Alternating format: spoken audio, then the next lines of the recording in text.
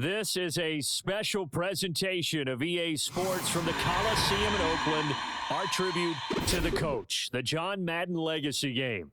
I'm Brandon Gaudin here to take you through the proceedings, and coming up, we're going to tell the story of a man who was truly larger than life and whose impact on the sport of football, certainly it's going to live on for decades and decades to come. Now, we've assembled a couple of rosters featuring some of Coach's favorite players from both yesterday and today, and Coach himself will be on the sidelines for both squads, trying to motivate his guys to victory. And I'm joined now by my good friend Charles Davis. CD, your thoughts on John Madden and what he meant to the sport he loves so much? For me, Brandon, it's the word joy. He brought that to the game of football and brought the game to so many people. He stayed involved his entire life. And moving forward, when you think of football, you're always going to think John Madden.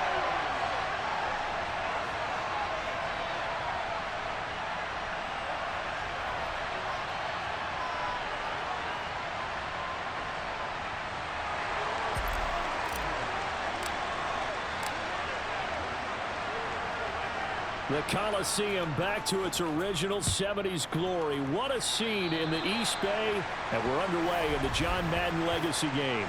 And they're going to mark that where it went out of bounds, so really good starting field position up past the 40-yard line. Wishing he had a mulligan. That's not how you want to start the game. Not at all, because not only do you give up the penalty and good field position, but it just kills the momentum of your team as you start a game.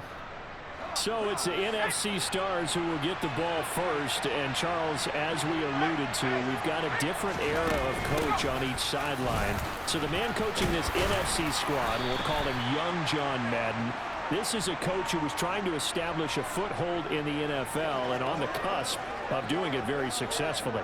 Yeah, you think back to that period, those early days as the coach of the Raiders, the late 60s in the AFL, and then in the NFL in the early 70s.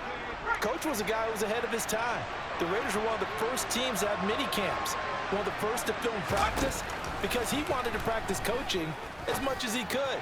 And his teams, they were successful right from the start of his head coaching tenure. And past the 35, he'll be dropped a yard or two shy of the 30.